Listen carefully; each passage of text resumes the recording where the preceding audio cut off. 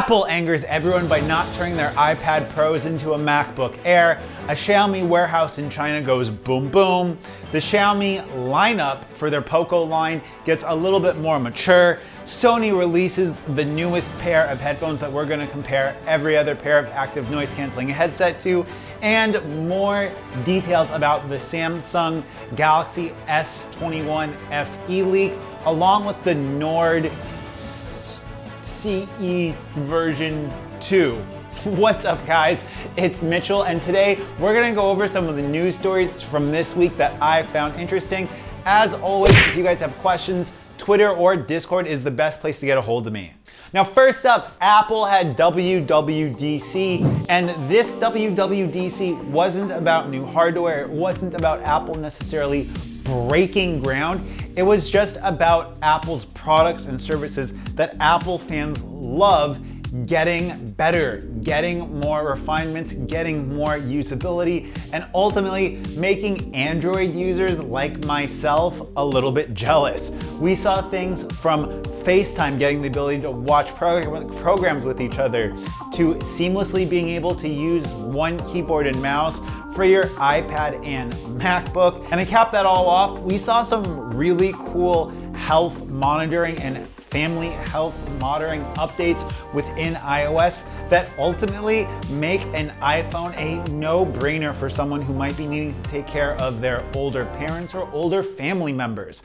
Next up on this list, the Poco X3 GT gets announced for China. Now, the Poco X3 GT is the Redmi Note 10 Pro 5G for China. This features the Dimensity 1100 chipset, a 67-watt wire charging, which is the same dual cell technology wire charging that we have in the Xiaomi Mi 11 Ultra and Mi 11 Pro, combined with a Dimensity 1100 chipset and UFS 3.1 storage. This looks like it's supposed to go directly head-to-head with the Oppo Reno 6 and the Realme Q3 Pro, which is the Realme Dimensity 1100 chipset device for China, which is kind of more based on gaming. This device looks pretty good with a variable refresh rate LCD display, 5,000 milliamp hour battery, and that's accompanied by the Poco F3 GT, which is the Redmi K40 Pro Game Edition for China. Yes, I remembered it. This is going to feature a Dimensity 1200 chipset. The Dimensity 1200 chipset on paper has specs comparable to that of like in Snapdragon 865, somewhere between the 865 and 888. So really, really good performance on paper, paired with UFS 3.1 storage. On the Poco F3 GT, we're gonna see the same Samsung E4 120Hz Super AMOLED display. On the Poco X3 GT, we are gonna see an LCD panel, but I think that for mobile gamers, these devices are gonna be a great bang for your buck, powering all of your favorite mobile gaming titles to whatever their maximum frame rate would be, for a price that both of these devices should be coming in at under the $350 mark, which is an insane value for the amount of power you get at that price point. If you guys are like me and not wearing any pants right now, I'd suggest you hit the subscribe button. Go ahead and check out TechFluent if you want to look up some more of this stuff, and I'll have links to all of that in the description down below. And before I forget, if you're on Brave browser, you can support me a ton by donating your basic attention coins to me, because right now I am completely out of work here in Vietnam, and these videos are the only way I can support myself. Back to the video.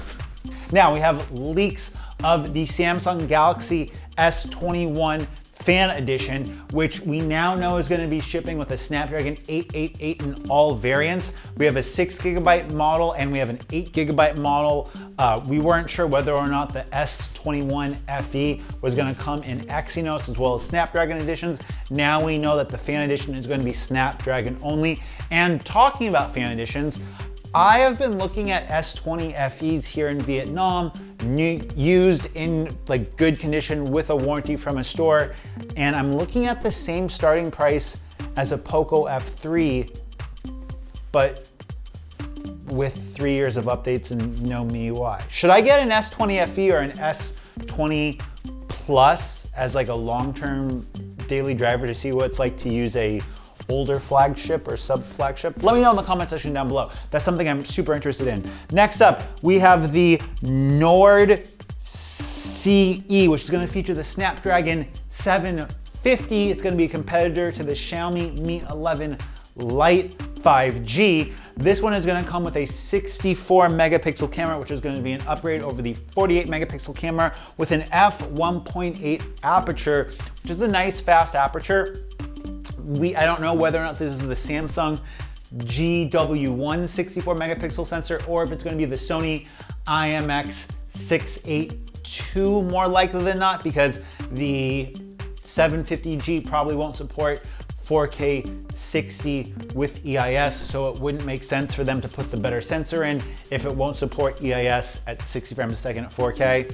So interesting looking device from BBK brand. Obviously this is meant to compete with kind of all of the Xiaomi not premium mid-range kind of higher-ish end devices around the $300 mark, but for the like Western market, European market, OnePlus Nord CE is going to have more of a stock, clean Android feel to it for those of you that like that. Now, next up on this list is the Sony Wf-1000xm4. God, that's a terrible name for headphones. These are the newest kind of gold standard active noise canceling in-ear true wireless headphones from Sony. The last XM3s were really well regarded outside of the ergonomic aspect of them being big, kind of bulky and having a large case.